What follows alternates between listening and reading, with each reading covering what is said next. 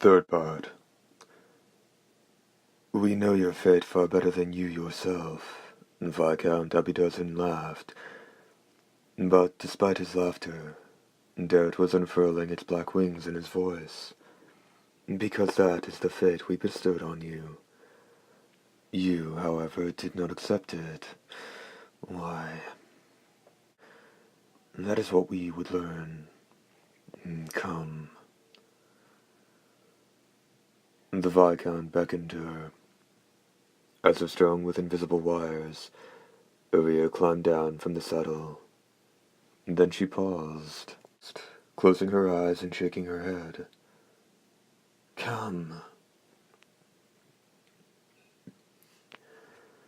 Once more he beckoned, and Iriya's resistance broke. This time she approached the Viscount with smooth steps. Pressing right up against his chest, a cry of surprise rang out. Iriya backed away. Within his cape, a dagger was buried to the hilt in the Viscount's chest. The cry had come from Iriya. The resistance the dagger had met had told her this wasn't the body of a noble. The Viscount smiled without a sound. I considered myself well versed in the ways of humans, but your stupidity truly leaves me at a loss for words. I have seen through your act, your ploy. Though that is a remarkable disguise, it is all for naught. No matter how you might cover yourself with makeup, you shall fool no one, as you are too beautiful.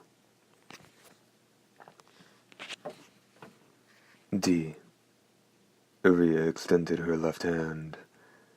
The instant she caught the sword tossed by the man who wore Reen's face, her blade whizzed from its sheath in a silver flash, sank into the Viscount at the nape of his neck, and exited through his right side.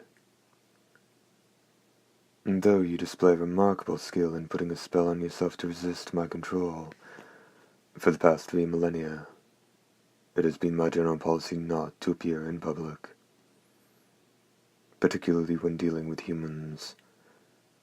Merely breathing the same air as them makes me feel dirty. Child, you said your goal is to have vengeance and to search for your siblings, did you not?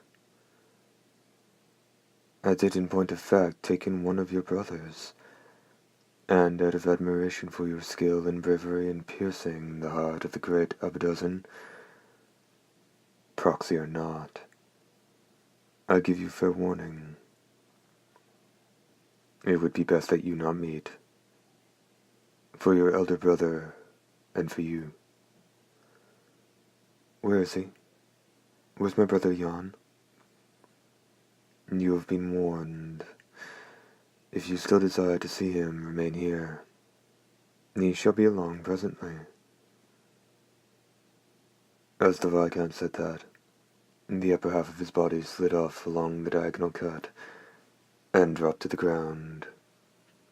The lower half, with its firmly planted feet, soon buckled at the knees and fell. Iriya bent over and touched it. It's a doll, made of organic cells, she exclaimed.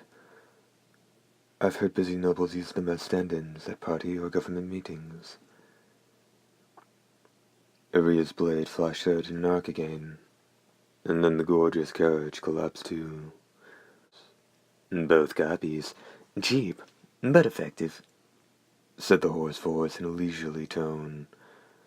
Its words were overlaid by a voice of iron. Mount up. We're going. Dee told the girl. We're the ones those who wait are waiting for. Hurry up. Iriya bounded into the saddle, and the 2 steeds started to gallop off. And behind them, a low, doleful chorus rose. Come back. The horses halted. No.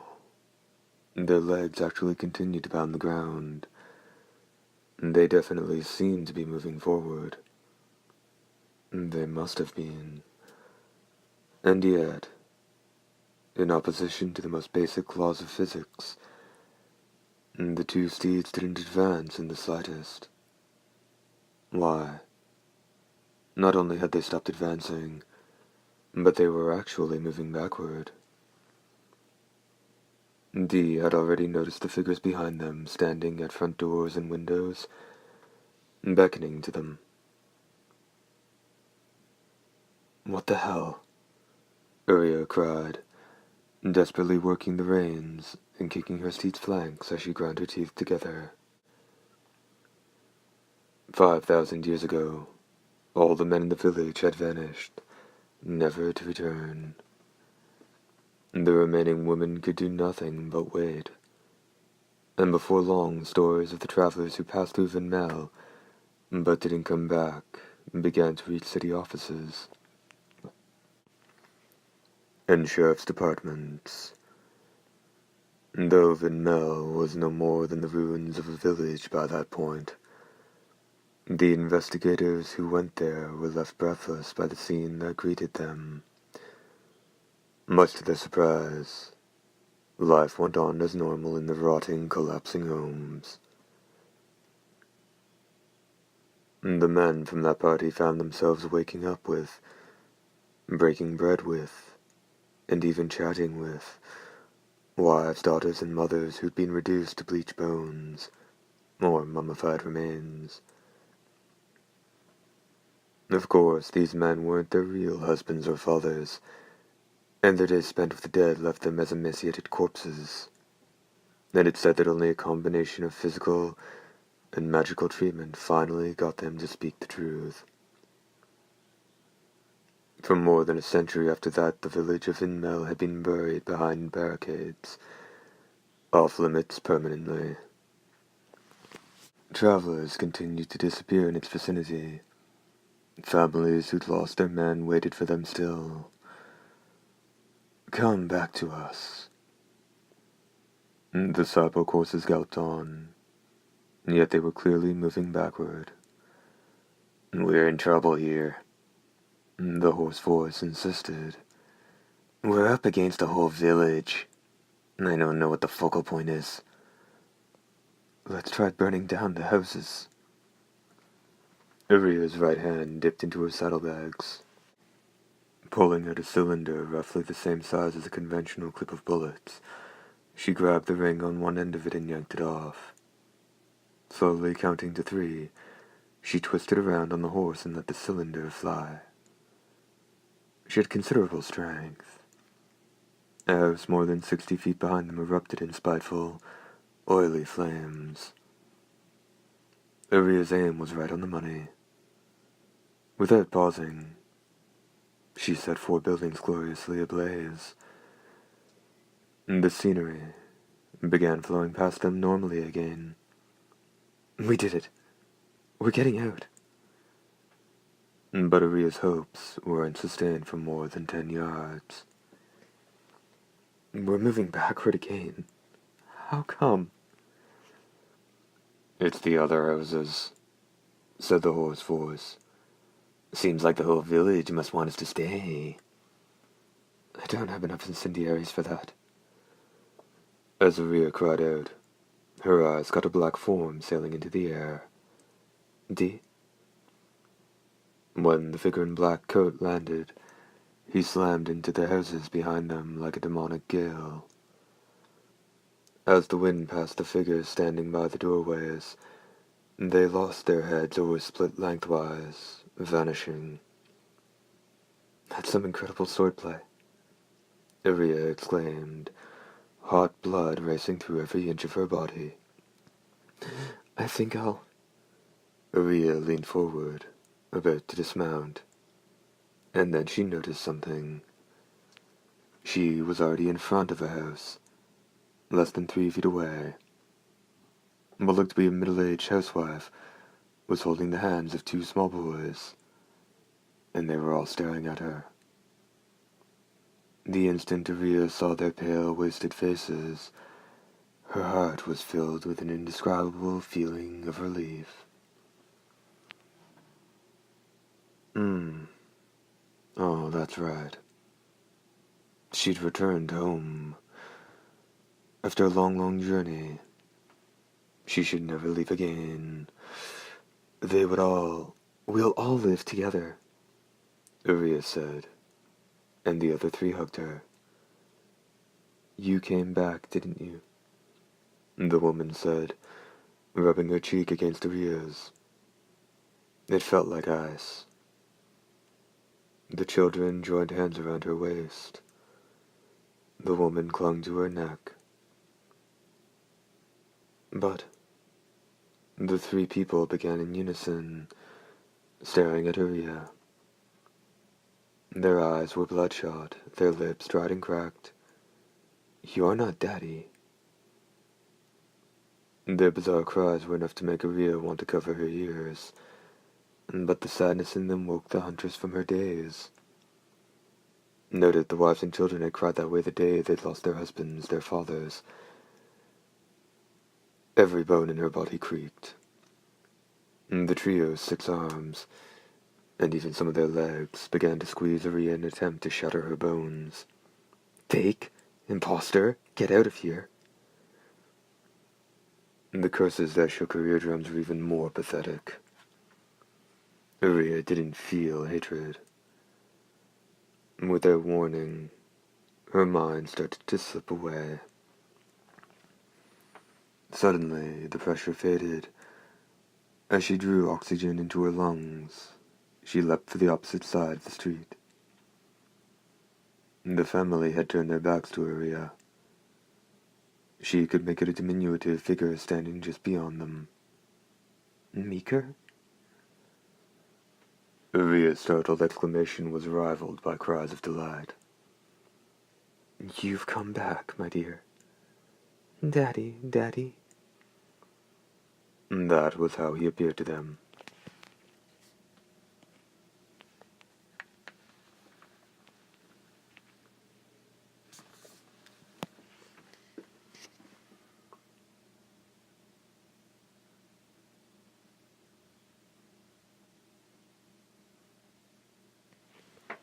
Miss Iriya smashed the village cornerstone. It's in the middle of the square. I tried doing it myself, but I'm not strong enough. Iriya didn't need to hear another word. That would be the only way to destroy the evil that infested the village. There was no choice but to get rid of everything, village and all. The family tried to pounce on Meeker.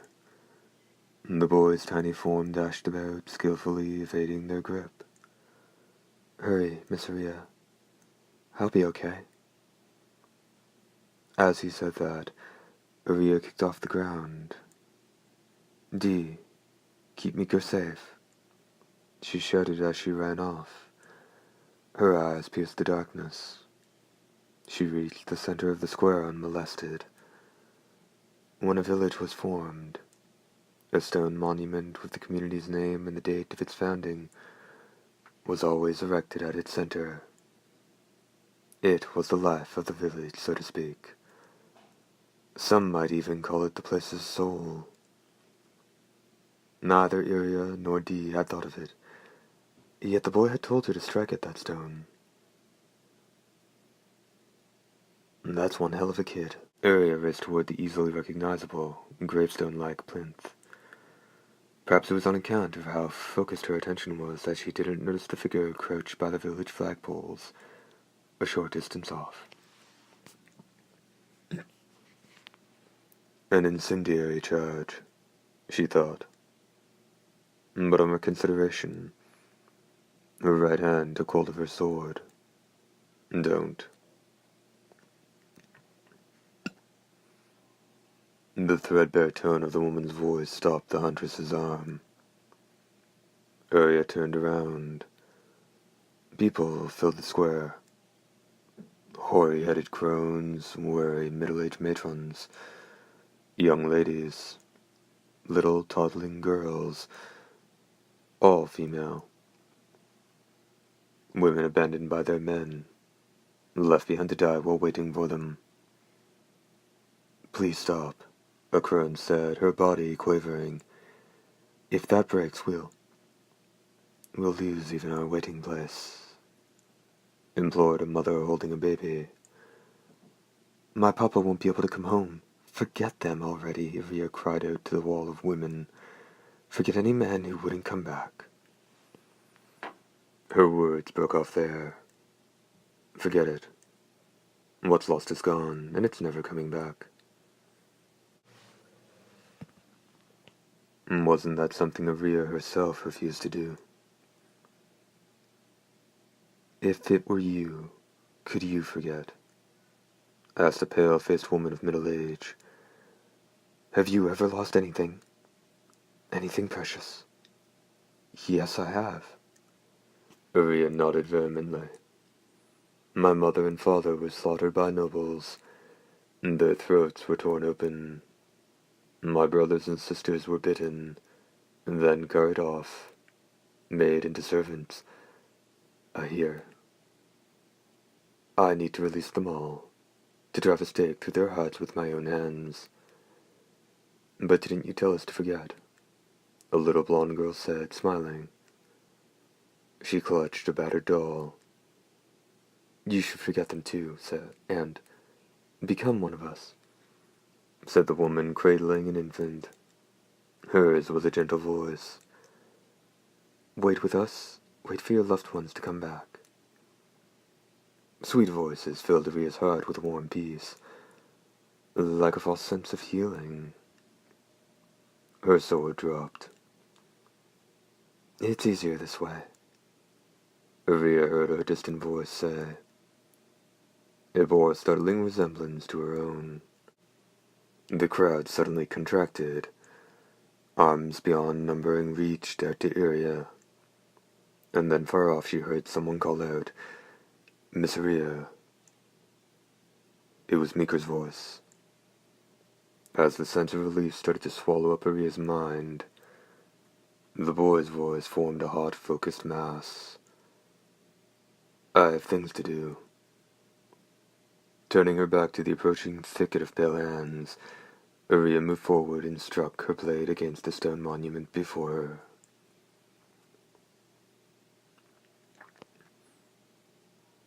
I have things to do. I have things to do. Turning her back to the approaching thicket of pale hands, Iriya moved forward and struck her blade against the stone monument before her. Chapter 5. End.